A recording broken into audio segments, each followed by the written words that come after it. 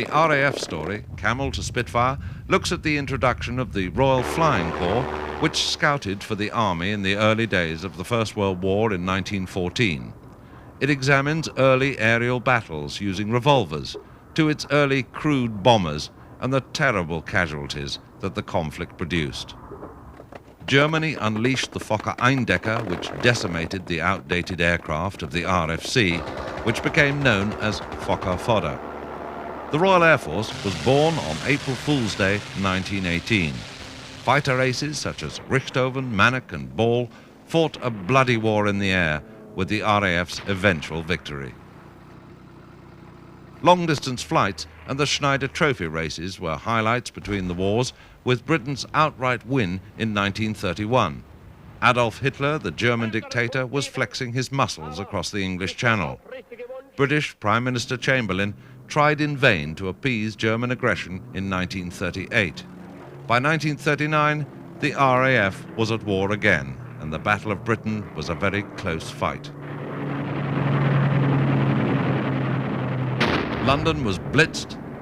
The RAF retaliated by unleashing the first of its 1,000-bomber raids. Meanwhile, Coastal Command had the awesome task of protecting Britain's shores, and war raged in Africa. In 1943, Guy Gibson led the famous Dambusters raid. Later, Germany launched its flying bombs on London, and the RAF launched its first jet fighter, the Meteor. By early 1945, most of the German cities had been reduced to rubble, and the Axis war machine was being pushed steadily back to the very heart of Germany, Berlin.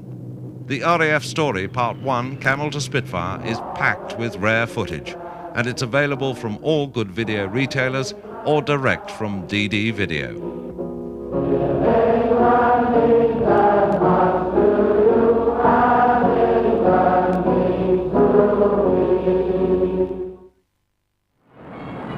On March 19, the viaduct at Arnsberg was attacked by Lancaster's Bomber Command, using 6 22,000-pound bombs. This viaduct was one of the 3 main ways of escape out of the Ruhr left to the Germans, and so the attack was clearly related to that carried out on March 14 at Bielefeld.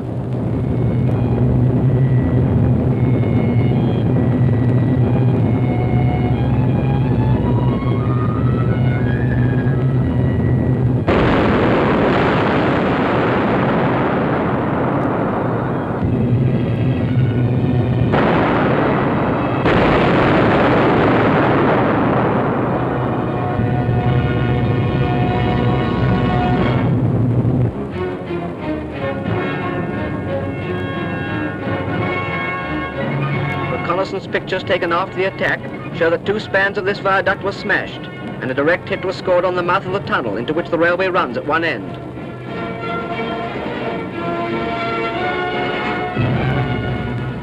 On April 7, 15 Lancaster's Bomber Command attacked a ship at Moyden, which the Germans were preparing to sink in order to block the approaches to the port. 12,000-pound bombs were used, and the attack was completely successful.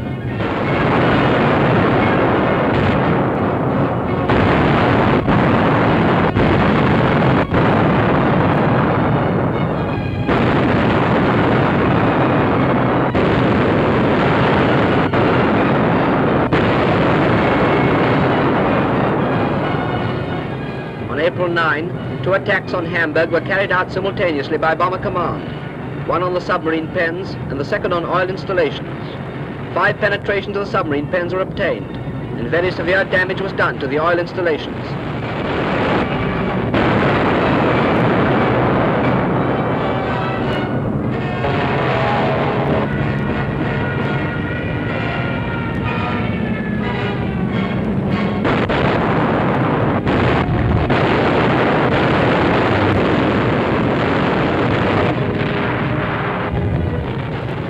On April 18, nearly 1,000 aircraft of Bomber Command, escorted by Mustangs and Spitfires of Fighter Command, made a heavy and concentrated attack on the naval base and fortress island of Heligoland, whose guns guarded the approaches to Hamburg and Bremen.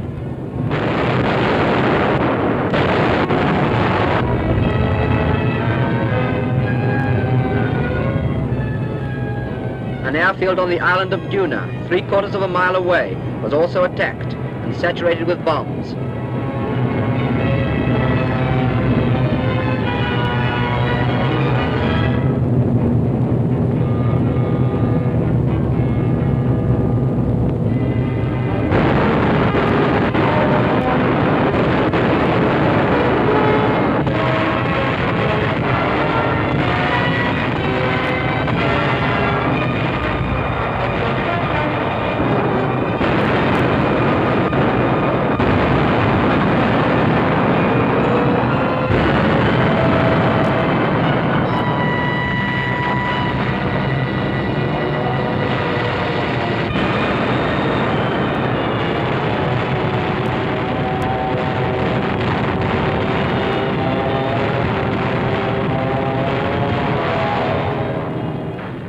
attacks, every gun but one was put out of action. And on the following day, a small force of 19 bombers made a further attack with 12,000 and 22,000-pound bombs, and this one gun was then effectively silenced.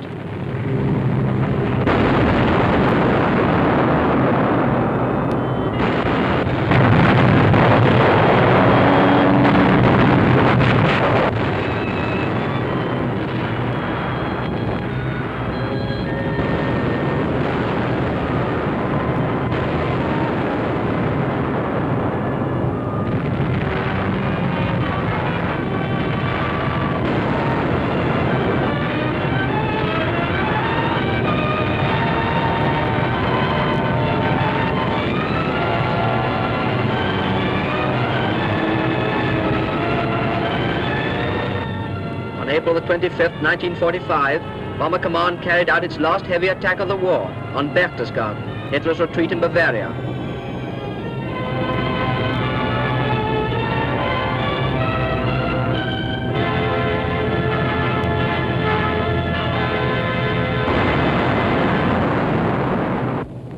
The three targets were Hitler's chalet, the SS barracks and defense control center, and the famous Eagle's Nest. In spite of strong defenses, direct hits were observed on the chalet. Bombing was very concentrated in the whole target area, with smoke rising to 10,000 feet, and severe damage was done to all the targets.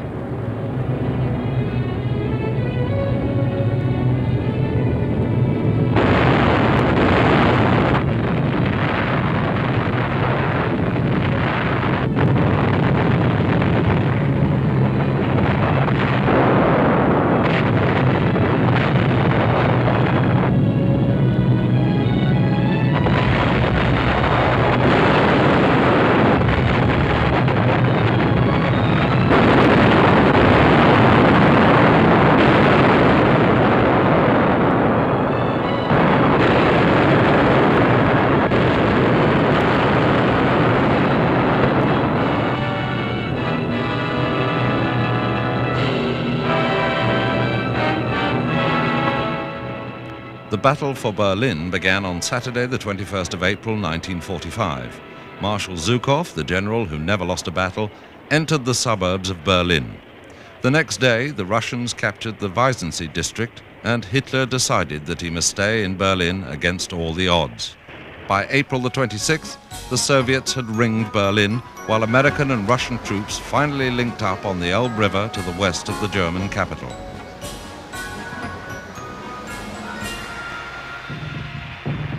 At 3:30 on the afternoon of the 30th, Hitler and his new wife committed suicide in the Führen bunker beneath the Chancellery and were then cremated in the garden, while the Russian artillery bombarded the building, with the advancing infantry only 2 blocks away.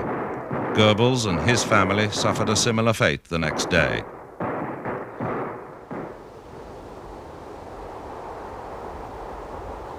The Nazi regime had nothing left, with the capital of Germany reduced to rubble.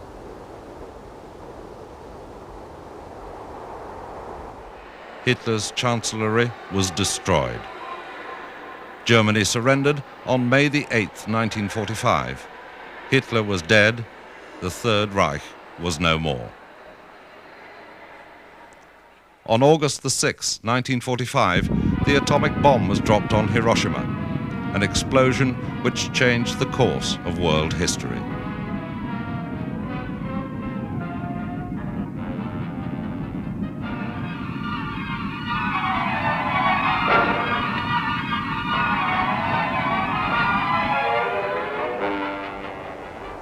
With the Japanese surrender on August the 14th, the Second World Conflict in the 20th century was over. American warships entered Tokyo Bay. The greatest war the world had ever known became history.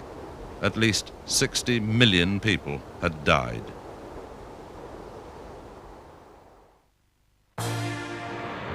By the end of the Second World War, the Royal Air Force had entered the jet age with the Meteor and the Vampire.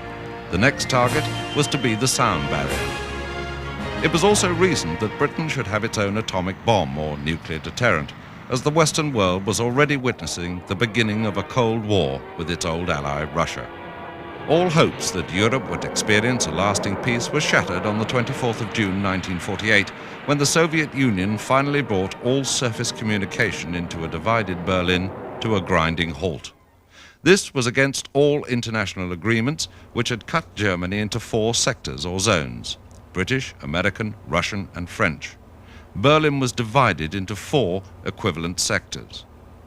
They also guaranteed certain lines of communication between western sectors of the city across the Soviet zone of Germany. The West had proposed that Germany should become an integrated member of a European community in time. But Russia viewed a united Germany as a threat to its security, and a Western enclave situated bang in the middle of the Soviet zone was a constant reminder to those living under the Soviet regime that the West offered a very different way of life. War with Russia was unthinkable, but the West's Berlin garrisons had to be supplied. The alternative was that Russia would swallow up Berlin, which was equally unthinkable. So began the biggest airlift of supplies the world has ever seen. Night and day, week after week, it was a case of more planes, more food, more raw materials, shipped without pause from 8 different airfields in the Western zone.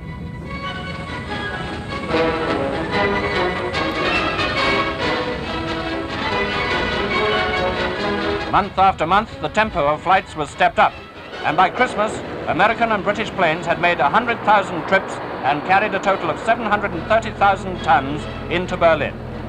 Even cars were transported, but coal, equally as vital to Berlin as bread, was the greatest load of all. Over 1 million tons have now been flown in. Hundreds of planes of all types and sizes, military and civil, were pressed into service. The RAF York load 9 tons. The Halifax over 6 tons. The Viking over 3 tons.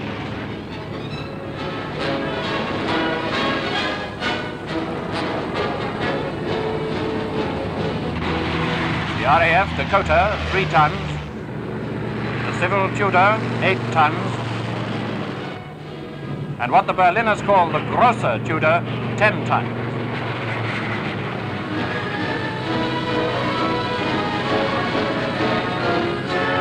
As an additional boost to the airlift, the RAF introduced its Hastings, each carrying over 9 tons. At the 3 airports in Berlin, Gatow, Tempelhof, and Tegel, aircraft were landing or taking off every 90 seconds. Many notabilities visited Berlin to see the workings of this magnificent achievement and to praise the great work of the British and American ground and air personnel. Chief of the Air Staff, Lord Tedder, and the Foreign Secretary, Mr. Bevin, whose diplomacy was much aided by the success of the airlift. He added his tribute when he visited Berlin on the eve of the lifting of the blockade in May 1949.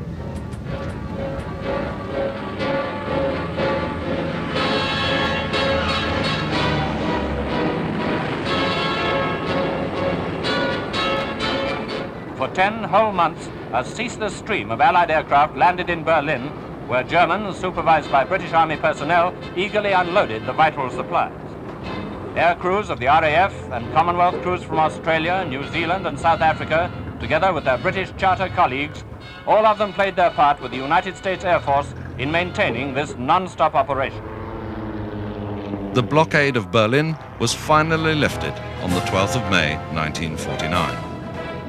For some 30 years, there had been considerable communist activity in Malaya. The country was well suited to guerrilla activity, with a central backbone of mountains rising to over 7,000 feet and millions of square miles of thick jungle. By 1948, the Malayan Communist Party had prepared a 3-pronged program of subversion. The first stage was to terrorize the rural areas, the second to establish local administrations, and the third was to declare Malaya a communist republic. The counter-strategy was to harass the terrorists in their jungle hideouts using the army, assisted by the RAF in a number of roles: reconnaissance, offensive air action, and air transport support, which included supply dropping, troop lifting, and the evacuation of casualties. Dropping supplies was found to be hazardous, as the terrain offered very few clearings for the Dakotas. Most were only holes in the jungle canopy of some 20 yards across. On the fighter front, 1953 saw the introduction of the Vampire, which proved well suited to the Malayan environment.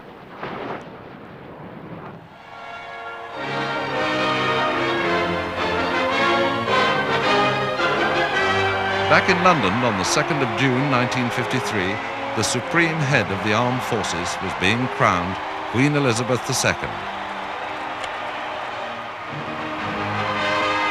But there were other memorable events which deserve their place in the record of royal occasions of 1953. The Royal Air Force mustered a vast array of men and aircraft for its coronation review at Odium Airfield in Hampshire. The Queen was accompanied by her husband, the Duke of Edinburgh, in his uniform as Marshal of the Royal Air Force. She was attended by the Secretary of State for Air, Lord Delisle and Dudley. It was the first royal review of the RAF since King George V's Silver Jubilee. Though a few of the men present were on parade for inspection by the Queen's grandfather in 1935, the spirit and the bearing were the same. The review of 1,100 officers, airmen and airwomen occupied the morning, and during a pause for luncheon, 300 or more aircraft representing all RAF commands were made ready for royal inspection.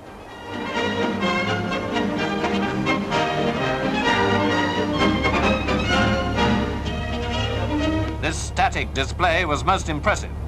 In order to view the machines massed in such quantity and variety, Her Majesty and the Duke entered their car to drive along the lines.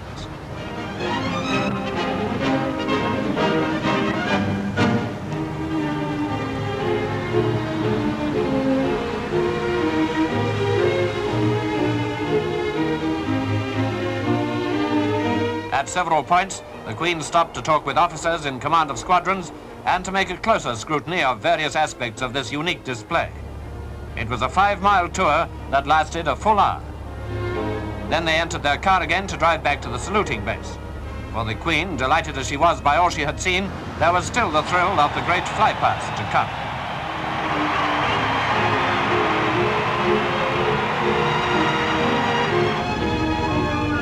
A Sycamore helicopter led the actual parade, which had called for the biggest and the most intricate RAF organization there had ever been. From dozens of stations all over the country, aircraft of all commands, these are training command varsities, converged on Odium, and one can well imagine the split-second timing that was necessary. Now troop-carrying Valettas fly over. As squadron after squadron arrived, the speed of the flypast mounted. Meteors now of fighter command.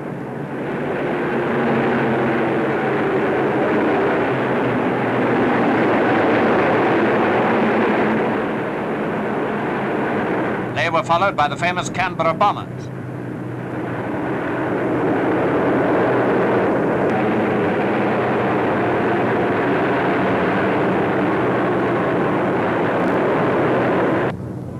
And Sabre jets with their swept-back wings, manned by pilots of the Royal Canadian Air Force.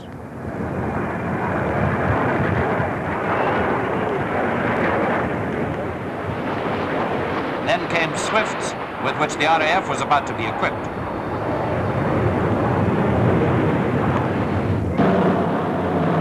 The very latest in jet bombers, the Victor was there, making its first public appearance, an aircraft of strange and menacing design.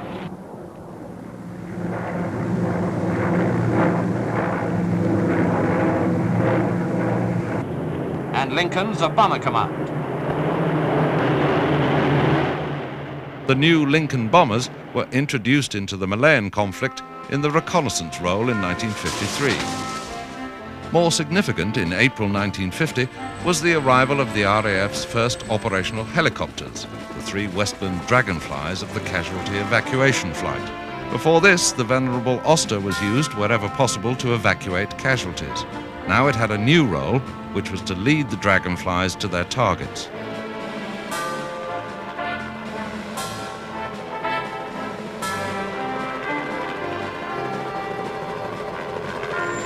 1955 saw the introduction of the larger Westland Whirlwind, which was disappointing as a troop carrier. By 1956, the terrorists were beginning to surrender. The emergency officially ended in July 1960. For the mopping up operation, the RAF brought in the Hawker Hunter, and the Meteors were replaced by Gloucester Javelins. A new emergency began in 1962 with rebellions in the British Protectorate of Borneo. This time, the RAF was well prepared.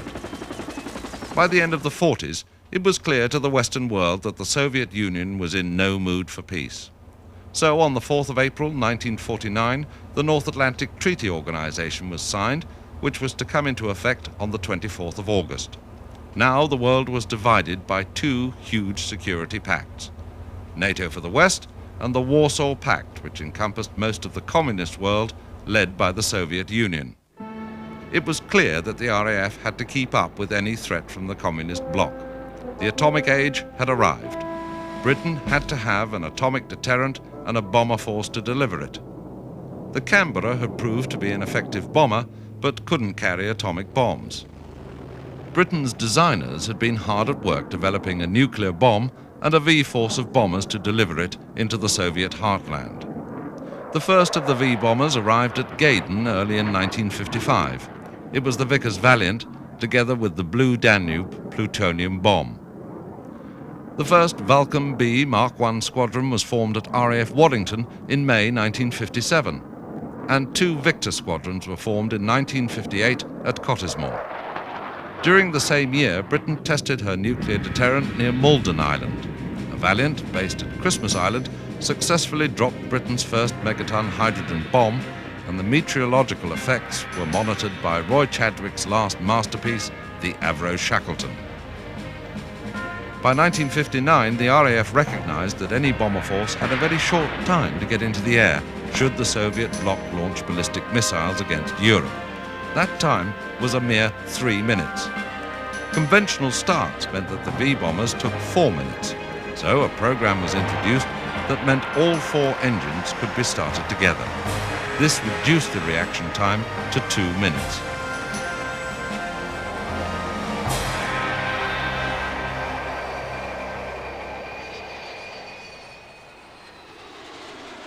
Bomber Command also instigated low-level attacks by its aircraft to get under enemy radar. There was another question. What would happen if all major airfields were wiped out in a first attack, and what aircraft could be used for a second strike? There was a need for a low-level strike-attacking bomber with short-field operating performance. TSR-2 was that aircraft.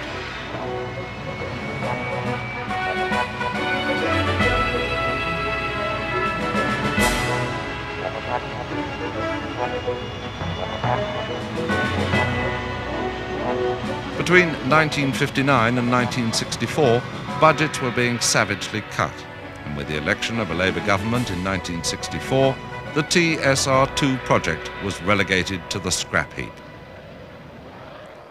The NATO early warning radar station at Fylingdales was put under RAF command.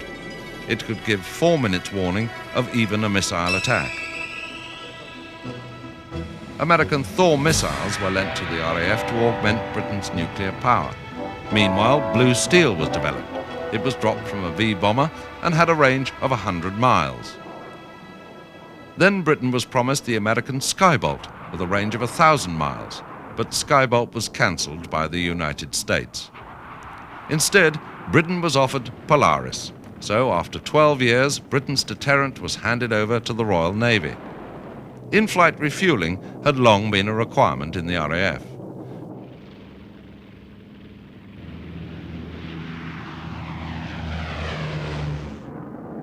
During the early 60s, a number of Victors were converted to that role.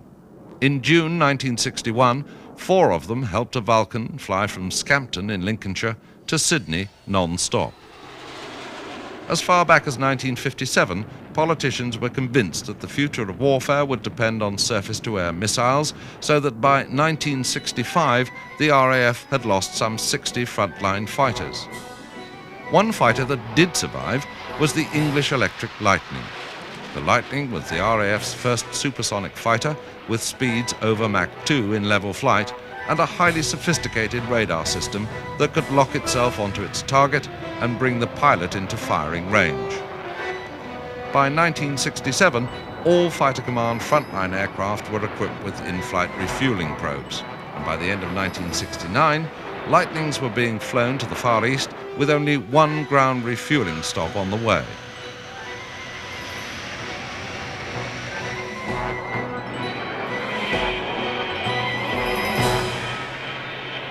Roger, left-hand engine start, switch on now. In 1964, yet another British aircraft was abandoned. It was the P-1154 V-STOL fighter from Hawkers. The government of the day decided on the American McDonnell Phantom, which entered squadron service in 1969. But the threat from Russia meant that Britain needed an airborne early warning system. The Shackleton filled this role. It also pioneered a system to control the fighters and guide them onto their targets. By the late 60s, the RAF was looking for a replacement for the Shackleton. The answer came from Hawker Siddeley in the form of Nimrod, which was basically a radical development of the Comet, which was used to great effect in Transport Command. Nimrod was introduced into the service in the latter part of 1970. Nimrod. In biblical times, Nimrod was a mighty hunter. It's a fitting name today for the most advanced maritime aeroplane in the world. A submarine hunter-killer and maritime reconnaissance aircraft, the Nimrod is replacing the Shackleton in the Royal Air Force Strike Command. The nerve center of this extremely sophisticated aircraft is not the flight deck, but the central operations room. A high degree of automation and computing is used for its sensor and navigational systems. Digital computing system on. On. Its high speed enables Nimrod to arrive at a search area in less than half the time required by a Shackleton. Therefore, submarine escape time is reduced and the area to be searched is cut down. Roger. Check now from Sonics coordinator who is standing by for the drop. Roger, 9 miles. Roger. ECM racket classified as possible submarine radar. Day and night, in all weathers, from an operational height of more than 30,000 feet, Nimrod can detect, identify and locate surface or submerged vessels.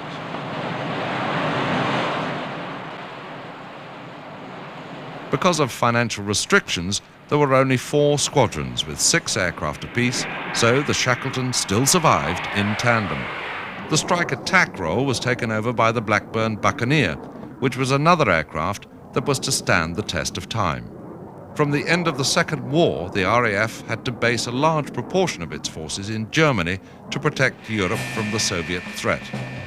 In the early 70s, Germany's NATO bases saw a number of improvements, with the arrival of the Phantom FGR Mark IIs, which replaced the aging Canberras. They also saw the introduction of the Harrier V-STOL aircraft. Number 25 SAM Squadron was deployed to Germany equipped with the Bloodhound Mark II surface-to-air missile. Later in the 70s, Jaguars replaced Phantoms of number 14, 17 and 31 squadrons, and in 1977 they replaced the Lightnings of 19 and 92 squadrons.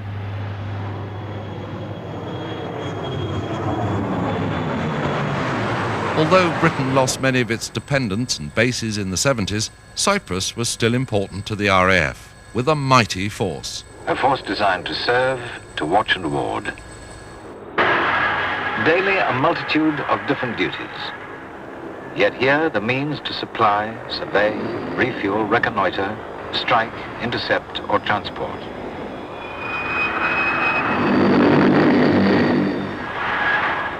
Hundreds of tons of aircraft and many different types.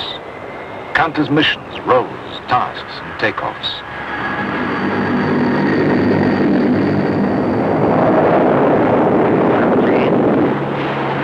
Take off time. 18, import leading. Pilot figuring.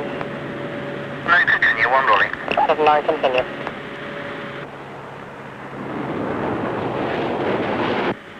Nine with green, you get along with fish, it's on well on the left-hand side, the wire up, the bind up. After takeoff, check. Landing gear. Up indicated. Flat. Up. Correction. 50%. This then is a service.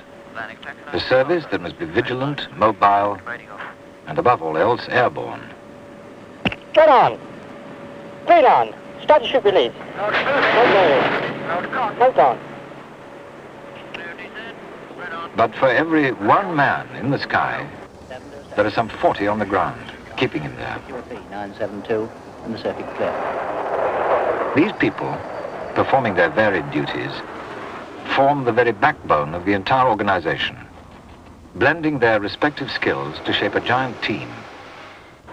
A team in which every player is vital and every day brings a fresh crop of challenges. Airspace near Britain also had to be defended around the clock 365 days and nights a year. One unidentified aircraft coming away North Cape at the moment. Alert, Southern QRA. QRA, Quick Reaction Alert.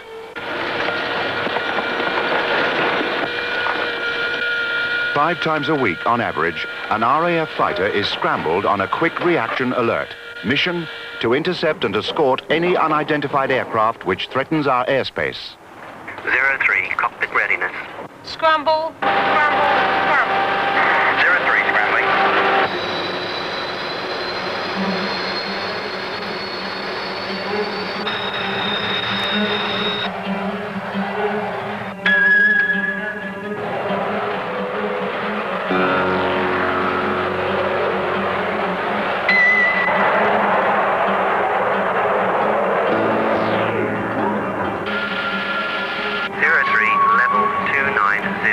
Roger, 03. I'm looking level on radar. Nothing yet. Starboard 360. Target 015 at 30,000. 03, roger. 03, an airborne early warning aircraft in your sector is monitoring the situation. 03, roger. I think I've got him contact at 10 right, level. Intercept unidentified. 03, identify 1 Badger, heading 180. Shadow. 03, shadowing. Target's turning away. You're clear to return to base. 03, returning to base. Roger, 03. From the 60s, the RAF were perfecting yet another role. Flying combat troops and their equipment into a theatre of operations and then providing them with all forms of air support needed to finish the job. This is the primary task of Air Support Command. Getting them there is the job of the strategic force. Local air support is supplied by the tactical elements. Using its VC-10s, Britannias and Belfasts, aircraft normally kept busy on routine flights overseas, the Air Force is always ready to implement contingency plans at very short notice and rush troops to trouble spots anywhere in the world.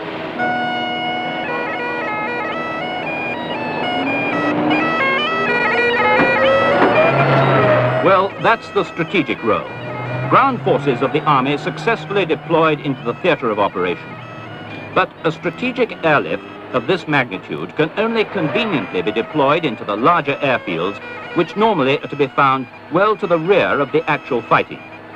Therefore, it's the job of the heavy tactical aircraft, such as the Hercules, to uplift the troops, their weapons and supplies further forward to as near the battle zone as is practicable.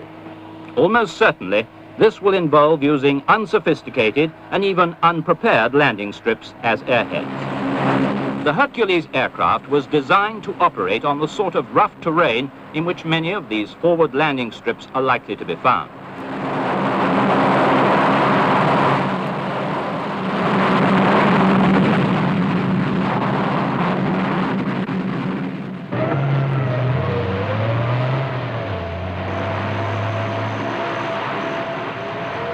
Once these aircraft have reached their forward landing limits, troops and materials can be parachuted or ferried by helicopter closer to the front line.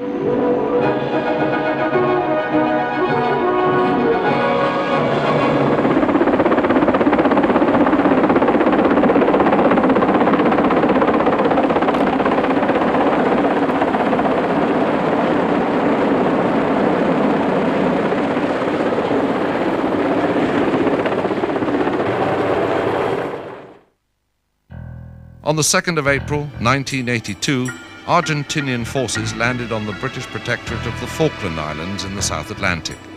The Argentine claimed the islands as their own, never thinking that Britain, some 8,000 miles away, would call its bluff. The Falklands conflict was the biggest test for the RAF since the Second World War. The first of the South Atlantic Task Force left Portsmouth in southern England on the 5th of April 1982. The RAF's roles were strike, surveillance support and SAR operations using Vulcans, which were actually due for the scrap heap, Harriers, Nimrods, Hercules, VC-10s, Victors and Sea King helicopters to ensure that the task force ran the Argentinians out of the Falklands. One of the most audacious raids ever mounted in the history of aviation began at 11 p.m. on the night of the 30th of April when 2 Vulcans took off from the Ascension Islands accompanied by 2 Victor tankers and headed for Port Stanley Airfield on the Falkland Islands. One of the Vulcans failed to pressurize, so the second continued on its 16-hour flight to the target. Operation Black Buck was well underway. After its 5th airborne refueling, the Vulcan dropped to 250 feet above the ocean for the last 300 miles. Then it pulled up to 10,000 feet before dropping 21 1,000-pound bombs bang on the runway at Port Stanley. But it was the Harriers of both the Navy and the RAF that received their baptism of fire during that war.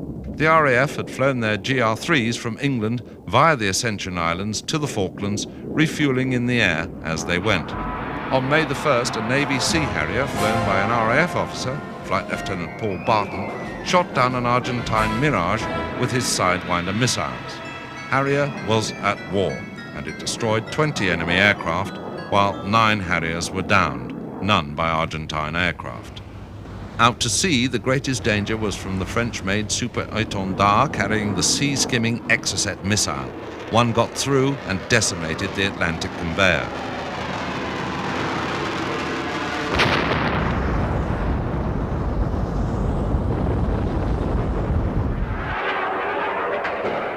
Operation Corporate came to its conclusion with the surrender of the Argentinian forces on the 14th of June 1982.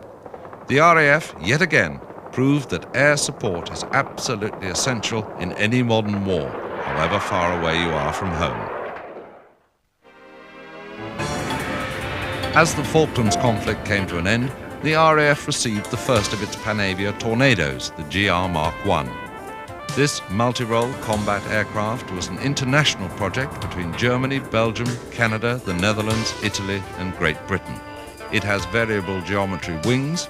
It's fitted with terrain-following radar, which means that it can fly at ultra-low level and very high speed in any weather, day or night.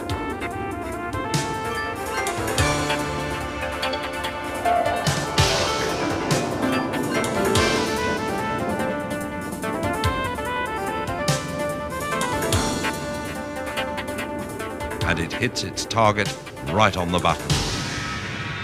Tornado, just as the Phantom before it, had to protect Britain's shores 24 hours a day. But in the modern world, the backup for the pilot has had to become more and more sophisticated. 4,000 feet. Roger. 025, 55, left right heading 180, 4,000 feet. Got contact. Keep talking. Target's descending. 030, 35, displaced right heading 180. 40 knots accelerating. Roger, target's indicating 250 feet. Roger. 035, 25. Roger. 04010, displaced right heading 180, 250 feet. Visual, 1 o'clock, pair low. New hard starboard 180, target heading. Turning. 0702. Roger. Crossing left right. Closing guns. Target's turning. Counter right, go.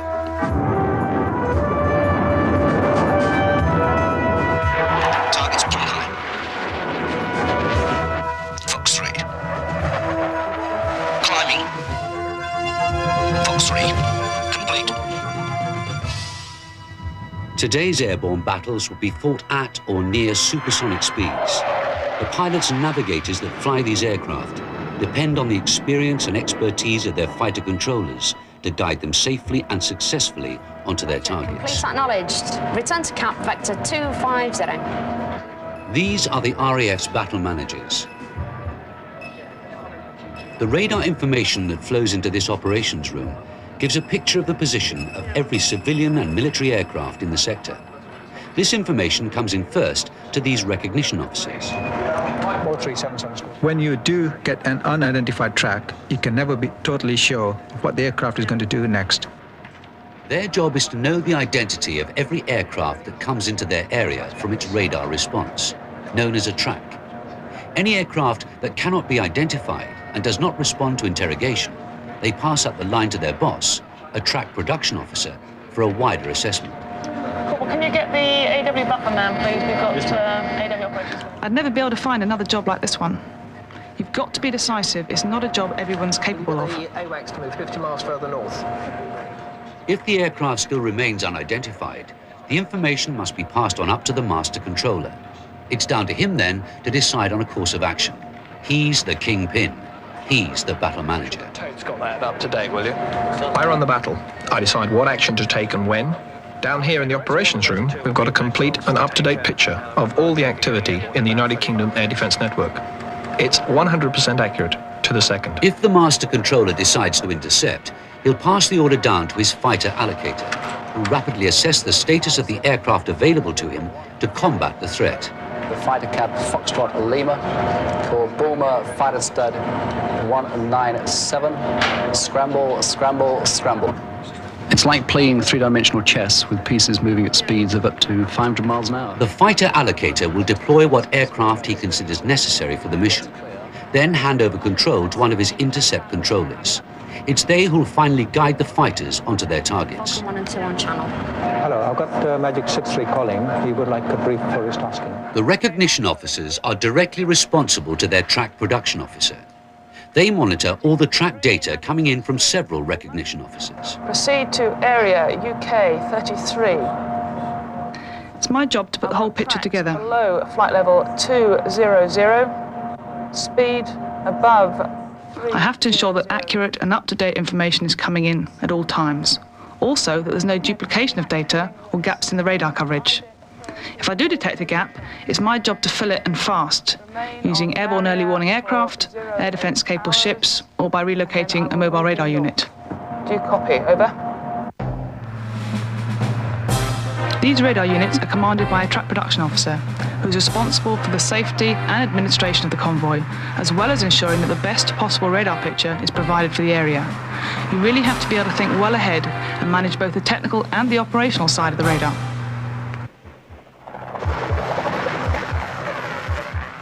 Soon after I arrived at RAF Bulmer, I met some of the pilots on 202 Search and Rescue Squadron.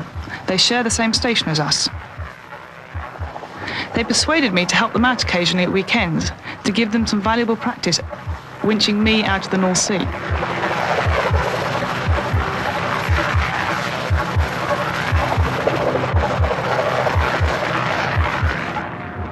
The track production officer relays all the relevant data from the recognition side through to the master controller. Alpha Lima being detected by the ship. This is the hot seat, right at the heart of things. During exercises or war, I run the short-term battle plan. The fighter allocator, probably a flight lieutenant, is responsible for assigning controllers their targets. In peacetime, he coordinates the flying program for the fighter squadrons in his sector.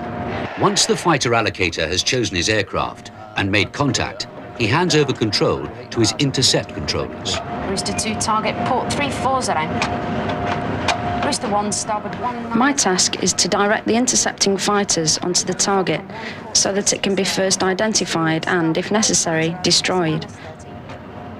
I'm responsible for the safety of both crew and aircraft. In peacetime, I look after something like 40 practice intercepts a month. I work very closely with and rely on my assistants. Flight level 245. Apart from the RAF's fighter interceptability, heavy reliance for our air defence is put on our Bloodhound surface-to-air, or SAM, missiles. The officer in command of surface-to-air operations is known as the engagement controller. The post would be filled by an officer from the systems side of the branch. He's responsible for the missiles, the launchers, the launch control post, and the day-to-day management of the section. He works through his control and reporting centre, but he's often got to act on his own initiative. In a war, it would be down to his command to fire the missiles. Good lookout to the east and the southeast. Fighter controllers have now begun flying duties with the Airborne Early Warning Mission crews on the RAF's E-3 aircraft. SC1, TD, net 3. TD, SC1. Of the 17-man crew, 9 will be fighter controllers. Status. TD Link Manager, IGIMS and DRV established with Boomer and Neatus Head. 4 times a year, the RAF takes part in full-scale NATO exercises. Strength 2, no squawk. Got that, thank you. The battle manager must keep ahead of the game.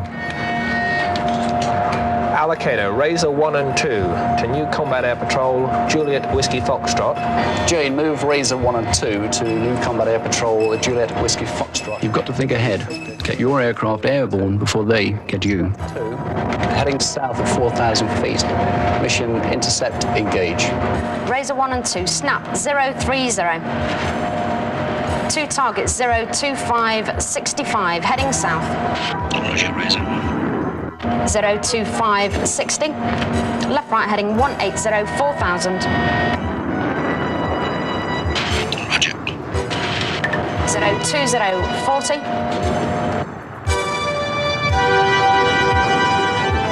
02030.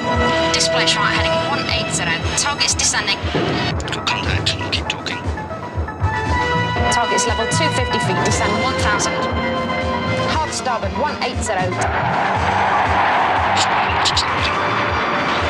102. South 1. Roger. Closing guns. Target's turning. Go. Target's pulling high. Fox 3. Complete. When it works, well, we all know we've got it right. Roger, complete acknowledged. Return to camp, vector 250. All these skills were soon to be needed in the Gulf War, and Tornado was to prove itself in combat far sooner than anyone could have imagined, because the Iraqi army invaded Kuwait on the 2nd of August 1990. Saddam Hussein angered the world to such a degree that an international task force was sent into the region to counter the Iraqi aggression, after a request from Kuwait.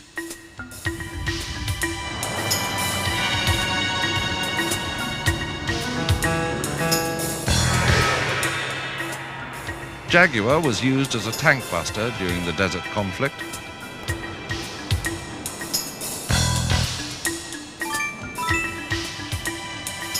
They were based at Al-Marak as they were prepared for battle. RAF Tornadoes were used in their capacity as long-range bombers to knock out Iraqi airfields and pinpoint targets. The Buccaneer, again due for retirement, also came out of mothballs to lead the Tornadoes onto their targets. Out to sea, Harriers arrived in style for their second war in a decade, while Sea Kings were brought in to detect mines in the Gulf itself. They were also on standby in their role as rescue aircraft. On the 17th of January 1991, Tornadoes took off for their first real sortie into enemy territory with all the most modern equipment on hand. Long hours went by, deep into the night, as the crews waited for the Tornadoes to return. Suddenly, at last, flickering lights in the distant dawn, the first formation of Tornadoes was safely back.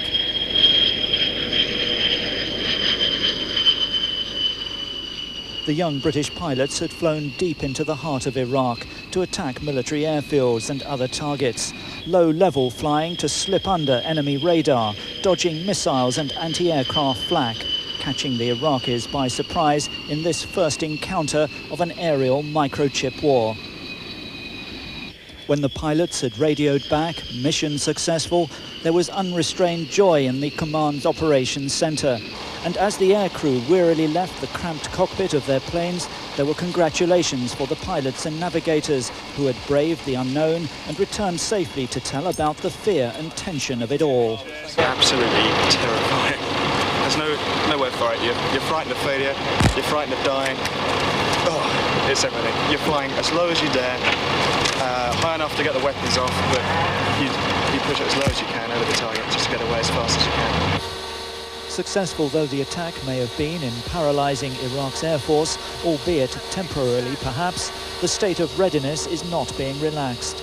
Ever since the bombing blitz, the Tornado pilots have remained keyed up and ready to go into action. Well, they've come back, they've reported the firing of missiles, explosions, lots of ground fire coming from Kuwait. They've been able to see that from the air. It was obviously a very busy night in Kuwait. Even as Allied pilots waited for their next mission, another chemical attack alarm.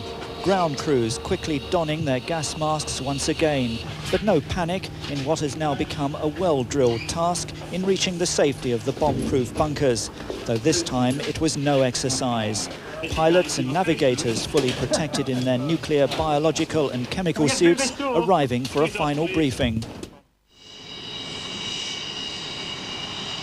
Although the huge task force returned Kuwait to its rightful owners, the Gulf War was a war that nobody really won.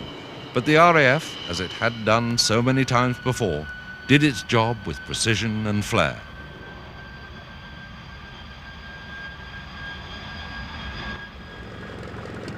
But that flair doesn't just happen.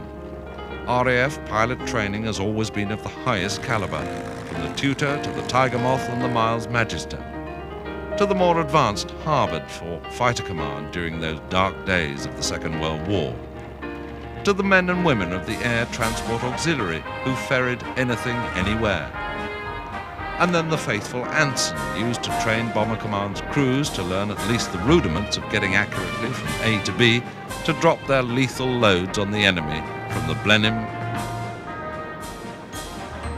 or the Wellington, and later the Lancaster or the Vulcan.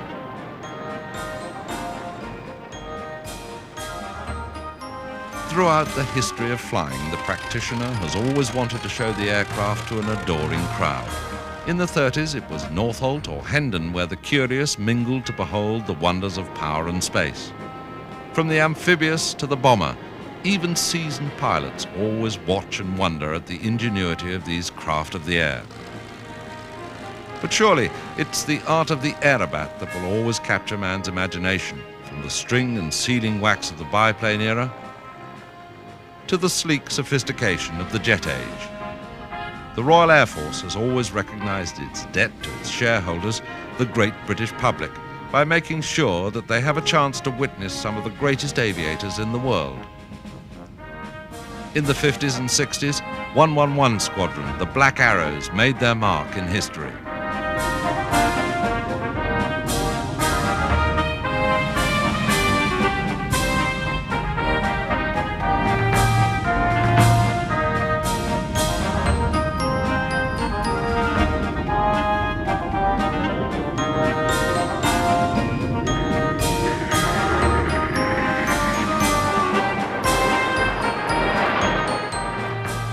No less than 16 Hunters rolled in unison.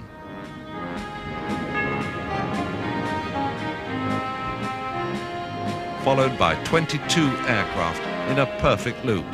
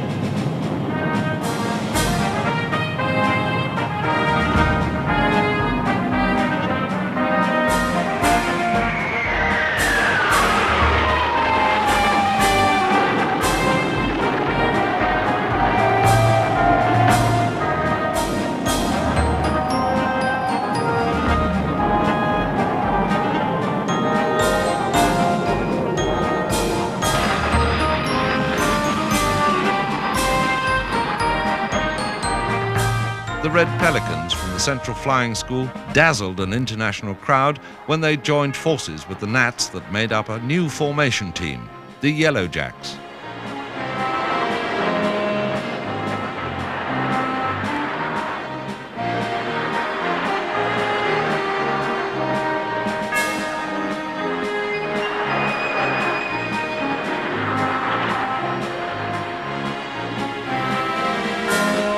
Those yellow Nats from No. 4 Flying Training School at RAF Valley changed their name and the colour of their aircraft to become the world-famous Red Arrows.